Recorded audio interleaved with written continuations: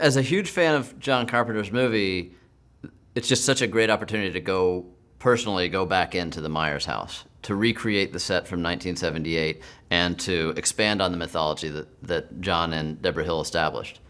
So not only are we revisiting legacy characters from his film, but we're also stepping into a literal recreation of Myers' home and seeing sides of the house that we didn't see before. To all of the people that love these movies, happy Halloween.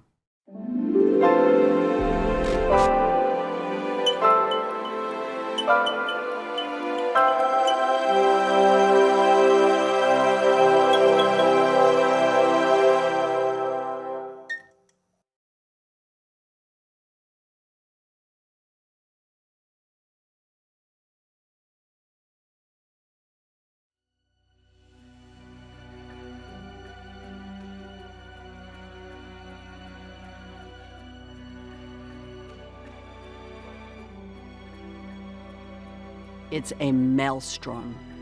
It's a cyclone of violence and anger and fear and mob mentality, and it's intense. It's really intense. It starts at about 100% and it goes to about 500%.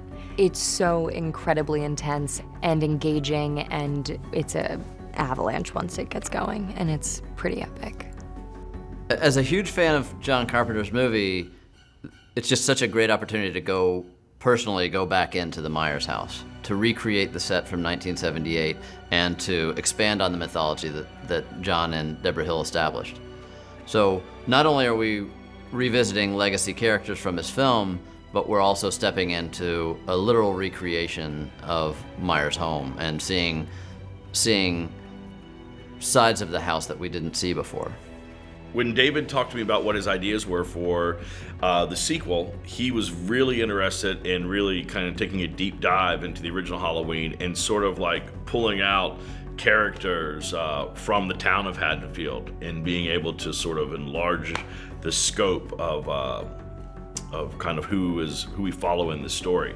So characters like Sheriff Brackett, Tommy Doyle, suddenly we just start to kind of dive into these characters and sort of try to connect the dots of like, well, what's happened to them since the last time we saw them? What you will see in the film is that there is a fervor building amongst the townspeople of Haddonfield, and that fervor just boils up in a super hostile way. Everything is really, really heightened in Halloween Kills. The scares, the pace, from the very, very beginning when you see the Strode home that's on fire, it's a thrill ride from that point on.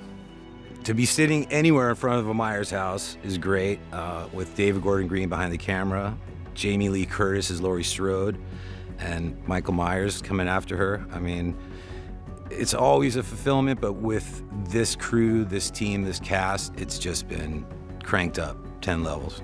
It's going to be very exciting, and people are going to be shocked, and people are going to be agitated by this movie in a way that I think they're probably not expecting. And that, to me, makes a great sequel. Halloween Kills is a great name because Michael Myers eviscerates everybody.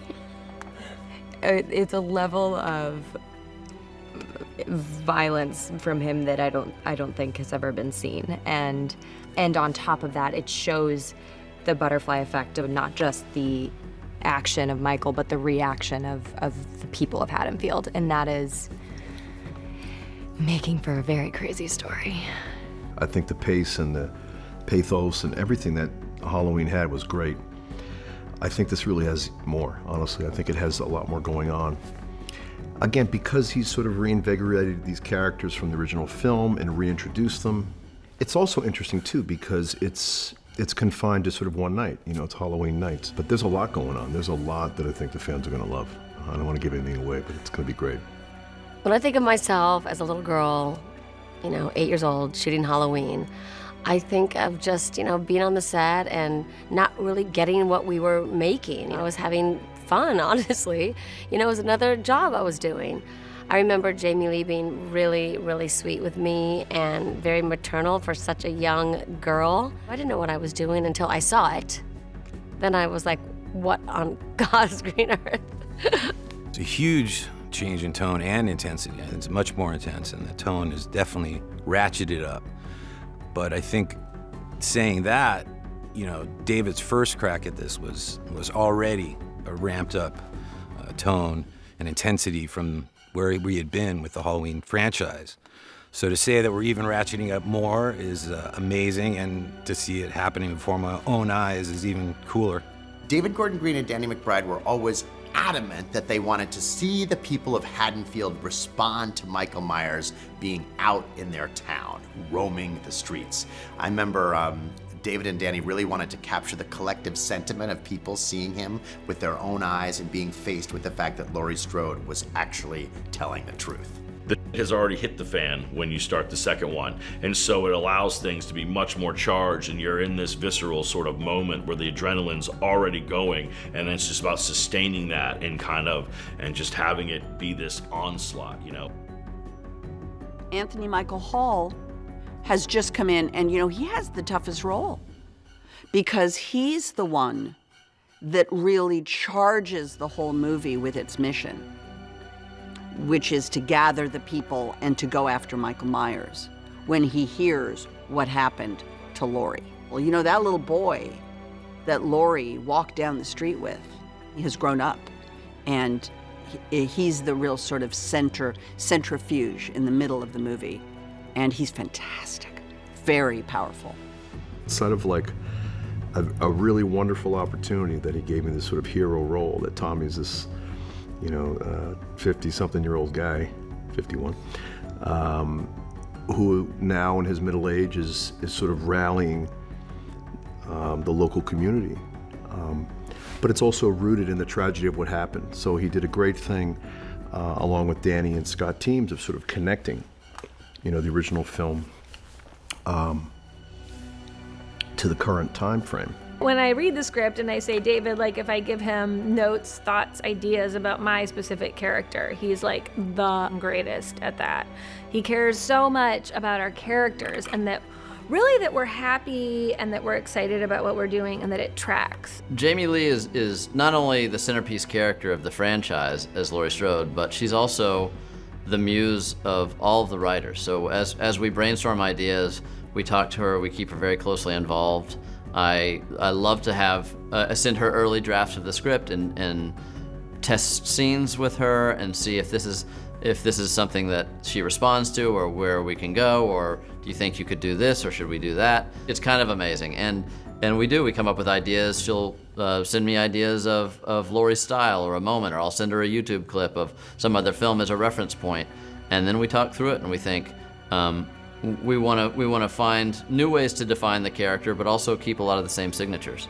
He's as much of a part of our cast as we all are. I mean, obviously it should go without saying, but on top of acting in this role, he's also doing stunts and all that stuff too. I mean, he's playing the most iconic role of the franchise, really. There would be nothing without Michael Myers. Judy Greer, I've always been a fan of and watched her from afar, and I was really just thrilled when David approached her and she said yes for the film. And Andy's incredible. I feel like Andy really captures a lot of the essence that Jamie brought to the series back in the original Halloween. I think that there's there's a charm and a toughness there that is fun to watch.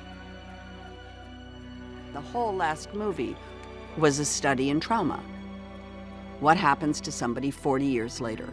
How does that trauma carry? Here you have an entire town of people that has been traumatized, and we're going to meet them in the new movie. You see how many people are actually affected by this legend, and they've been impressed with the story of Michael Myers for 40 years, and now that he's back, they're like, well, there's one of him and however many of us, so let's just go do it. In Halloween Kills, the community is all responding to fear and terror in their own way. Some people run and hide, some people step up to the challenge, and Allison is one of the driving forces behind the group that's activated to go and hunt Michael.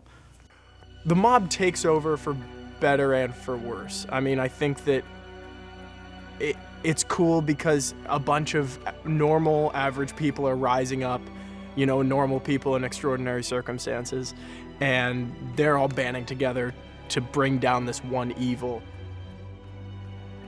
One of the things that is deeply explored in this movie is, was it really Laurie Strode? Or was it something else? We think it's Laurie Strode because she was the point of his attachment. She was the fulcrum of his obsession, and everything around her became targets. What this movie explores is that may not be true. That there may be something deeper in him than just an obsession with me. And that's an interesting place to go. When I think of Jamie, you know, in the original one, she had this sort of like calm strength about her, a quiet strength about her. And, you know, even with, you know, the screaming, him chasing her, you know, she just sort of took charge anyway. So I really can see why people all of these years later just love seeing her in this role and being this strong female character. I love it. Laurie Strode, in my mind, is always the centerpiece of the Halloween franchise. When we decided to reboot the series, we wanted to make sure that we had something that played to every generation, of every age. And so being able to play through the legacy of Laurie and Karen and Allison and get their differing philosophies and their different ages and cultures that they live in and inhabit was important, just to get new voices in there. We first see Laurie Strode escaping from her burning house and riding in the back of a pickup truck with her daughter and granddaughter. And in true Laurie Strode fashion, when she finds out Michael is alive, she is determined to track him down and kill him. I think that she steps up and kind of becomes a woman in this one. You watch her kind of take matters into her own hands and say enough is enough. I'm gonna do something here. And she steps up and goes after him. She's brave and courageous, and this one real badass. So Cameron Elam is the son of Lonnie Elam, who fans would remember probably from the first movie. So jump 40 years later, there's kind of this crew of people that have been affected by Michael, and that includes Lindsay, who Laurie babysat in the first one, Lonnie, my dad, Tommy Doyle, and Laurie. They kind of have this support group dealing with the trauma from the first encounter with Michael Myers. But so that's kind of, in the beginning of the movie, that's where you find this group, and then they find out that Michael has indeed returned, so that kind of sparks the mob, which goes after him. We're making these movies for the fans. People have like a real like visceral response to the original Halloween, so I think that like bringing back these characters is really smart, because for all those fans, they're like their old friends. You know, if you had asked me years ago, I probably wouldn't have had a good answer of, you know, what is it about Michael Myers that makes him so terrifying? But now as an adult, I can tell you. I mean, in shooting these scenes here as an adult, you know, I would look back over my shoulder, and to see that figure and that mask and the body language and the way he moves is absolutely terrifying. And, you know, put that in there with the music and the lighting and the directing, and it's really terrifying. To all of the people that love these movies, happy Halloween.